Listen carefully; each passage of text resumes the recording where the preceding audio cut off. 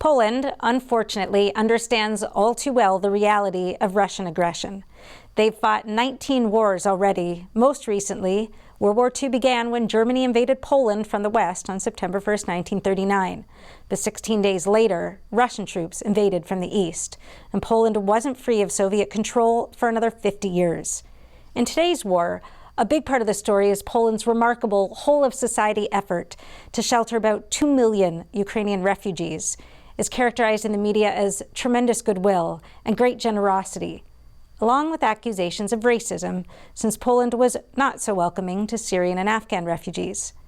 But both characterizations miss what may be the most important point.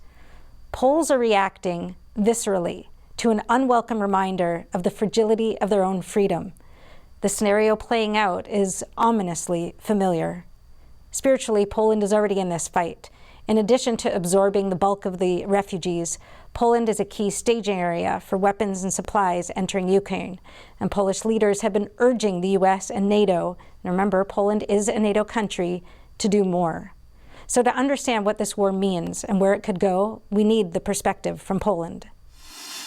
To share that perspective is Jacek Bartosiak, founder and CEO of Strategy and Future, a Warsaw-based think tank. Jacek's latest book came out just in January. The title translates as World War III is coming. Will America abandon Poland to Russia? Jacek, thank you so much for joining us today. Thank you for having me on your show. Thanks. I think everyone is surprised by the tenacity of Ukrainians in this fight, a tone set early on by President Volodymyr Zelensky, who turned down America's offer to evacuate him, saying, "I need ammunition, not a ride." At the same time, it seems that Putin maybe hasn't brought his A-game to this fight, with progress a lot slower than expected. Jacek, what do you see as the best and worst case scenarios for where this is heading? Yeah, it is true that the stamina of the Ukrainian military and the political system is really formidable. And people simply didn't expect that to happen, including, of course, the Russians. They didn't expect the Ukrainians to put up such fight. And the Russians suffer losses, suffer casualties, and they can't achieve their political objectives. Actually, the conduct of the war already suggests that it is impossible to achieve the political victory. The political objective and the victory was simply to the subduing of the Ukrainian people and accepting them the Russian sort of rule. And that's not going to happen. Even in the worst case scenario, it's not going to happen. If you ask me about the Polish perspective,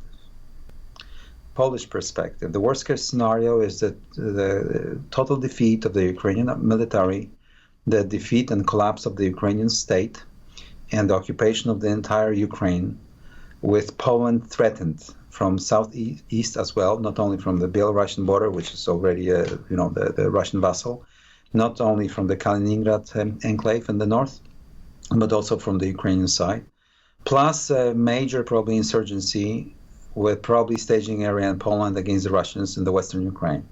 So, and of course, the further encroachments by Russians into the Polish security zone, which would be unavoidable in that respect. So that's the worst case scenario. That would, of course, entail the terror, mass terror against the Ukrainians who wouldn't like to be subordinate to the Russian rule, with all that it ensues. The best scenario is simply a major defeat of the Russian military, mowing down of its ground forces. That has happened, and it took 2 weeks to really, they suffered major losses. And if this were to continue, that would end up in a total collapse of the Russian military, and that usually undermines the political system of the Tsarist Russia or contemporary Russia, whatever you call it, or even the Soviet Union, and that has happened in the history many times. Usually, when the Russian military loses the war, there is a major melting down of the political system. And that would be the best case scenario. And the best case scenario would be the removing Russia from the status, depriving Russia of the status of the great power, and just becoming a normal state of no formidable capabilities, so that it would accept that it's not an empire anymore, and it has to live with neighbors in peace, without imposing its political will as it wishes. So that would be the best case scenario. As always in life, it's probable that neither of those, either best or worst, will occur. But it's still too early to say what will be the final outcome of this war. Is Poland preparing for war? Yeah, I mean the transformation here is profound in terms of the mindset, the attitude of the people, and the political system, and of course the military. Our political leader announced the largest military overhaul and modernization program in the history of the Republic. We will be spending a lot more. We'll be loaning money from the world market even to field the military that can take up a fight. That's what it was announced last week in the parliament. And Poland is getting ready for the war. So that is true. Plus, right now we are supplying the Ukrainian brothers with everything we might supply them to their benefit. It's a major endeavor actually going on. And does Poland expect that it will have the full backing of NATO and the U.S.? So far the United States has provided assistance and is also providing assistance to the Ukrainians, for sure in terms of the information regime, information domain that allows the Ukrainian army to react to threats emanating, like, where the Russians are maneuvering, where they are, and so on. So reconnaissance, plus ammunition and weapon systems for, small arms tactics. And also some troops were sent to Poland to consolidate the deterrence. I think there are negotiations undergoing now between Poland and the United States about the presence on the NATO eastern flank. Just since I speak to the American audience, I understand primarily, the American audience should understand that it's not the war against Ukraine. Actually, Russia decided to undermine the world order that was underpinned by the American guarantees and the American credibility in Eurasia. And if this unfolds, if this unravels, so the real target is the United States in terms of credibility and its posture and its power, its stance, its standing in the world. And the Russians simply want to have a completely new architecture and new place in the world for them.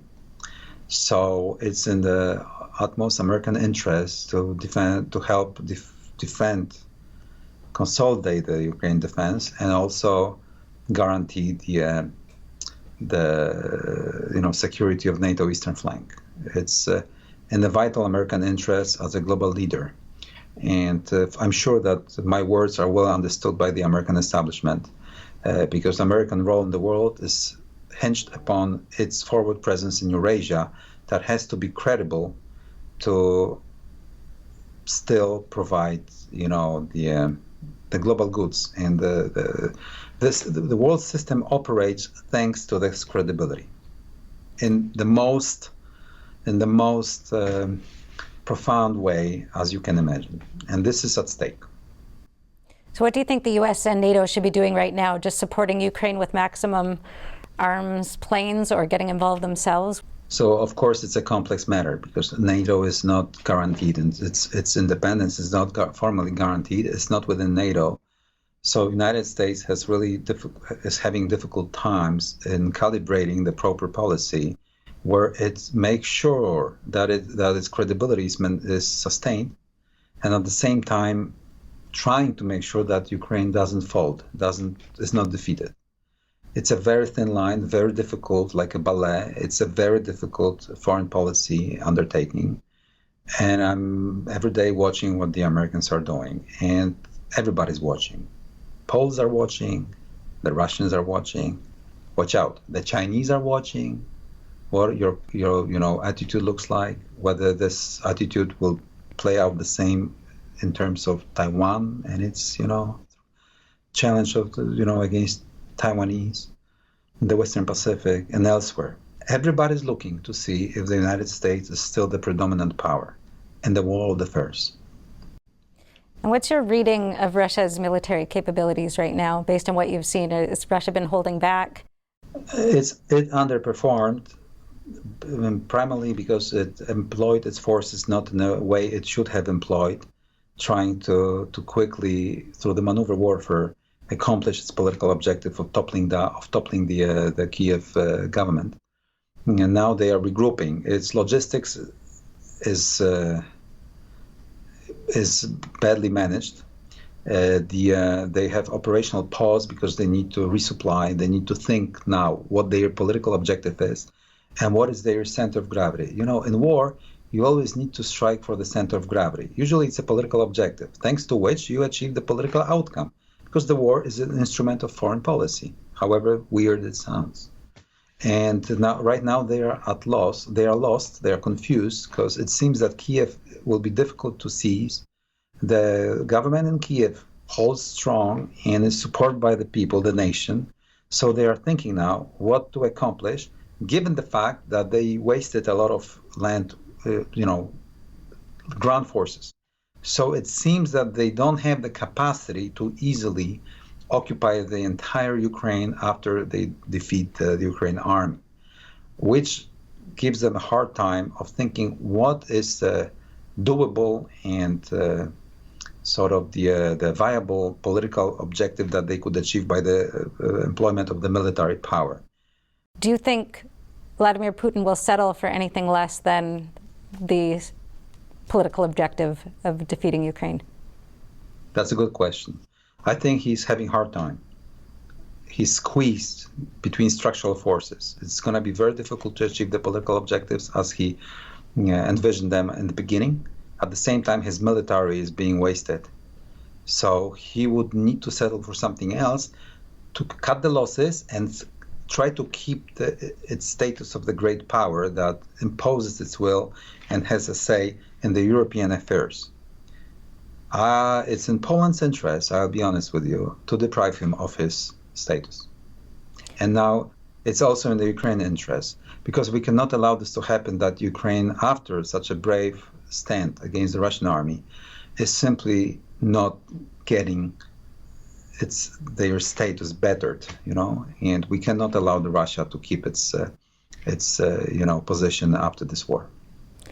All right, Jacek Bartosiak, thank you so much for these sobering but important words. Thank you. Thank you very much. You're welcome. Thanks a lot. Be sure to watch the entire episode, available on epochtv.com, a new completely censorship-free premium subscription platform, brought to you by the Epoch Times. See you there.